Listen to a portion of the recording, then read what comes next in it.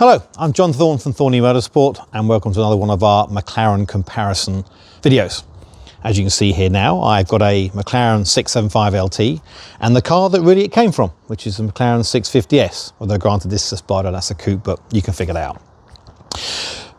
The simple one's this, on all these comparison videos, this is probably the most accurate of a development car. The 650 is the model which the 675 came from, but they are radically different cars. The 675 LT stands for long tail, which is a bit of a misnomer because it comes from the F1 race cars with a long tail actually an extended chassis. They don't on these cars, it's a marketing thing. But the 675 is their first one. And at the time McLaren developed the 675 LT, they had pots of cash. So they had loads of money, no issues at all. And so it was developed as an engineering process rather than a marketing process. And as a result of that, it is still represents now probably their best track focused car that they have ever built. So very different cars, which also represents this really in terms of the different values. So for example, a 650 coupe would be about 95,000. A 675 LT spec specific because they have some details on makes a big difference in their retail price. It's more like 160, 170, so double the money. Is it worth double the money? I guess it comes down to what your thoughts are. If you're a track day fiend and like road driving, but primarily track day fun, 675 is significantly better and more suitable. If you are a road guy, maybe no track days at all, maybe one, you're not going to get another 90 grand of value out of it as owning a car.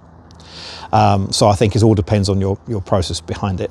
In terms of ownership cost-wise, the 675 has the potential to be much more expensive to run. And I say potential. And the reason why we don't own one is that I'm always been very nervous about when McLaren developed the 675, they did it properly. So there are radical differences in terms of the arm, the upper and lower arms, some of the bushes, intake manifold on the engine, the gearbox is the same, the chassis is the same, bodywork. There's all kinds of big differences. McLaren spent a lot of money developing very specific parts. And sadly, those parts are very expensive. So for example, upper and lower arms on a 650, they're still gone up to about £900 now, £1,000. They're still £2,500, £3,500 or £4,000 for an arm. Now, there are options on changing bushes on these things, but they're not quite as what you'd expect. So there's still a question mark in terms of running costs, in terms of wear and tear. However, the caveat to that is that their engines and gearboxes and the big things very rarely see problem 675s.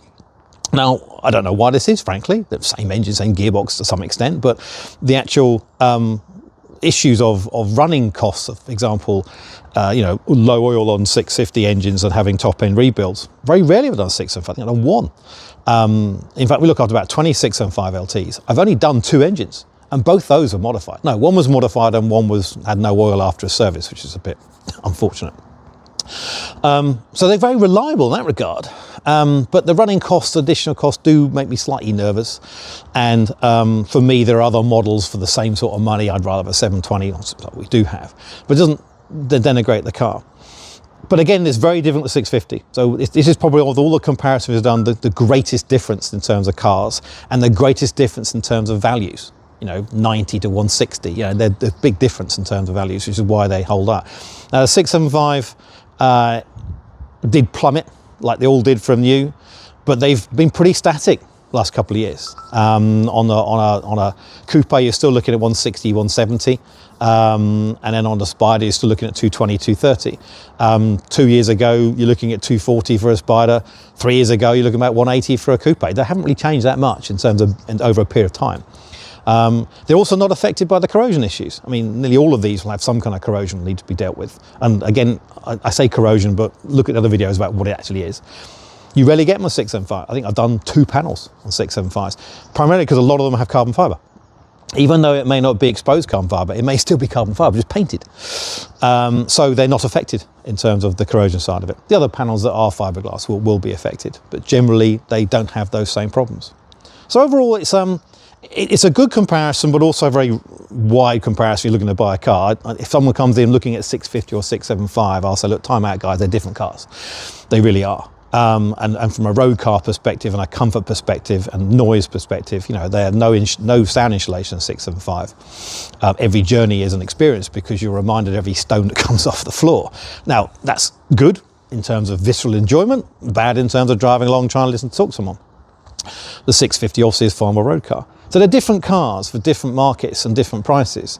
But it's a good comparison to have because they are essentially the same car, albeit one's more engineered than the other one.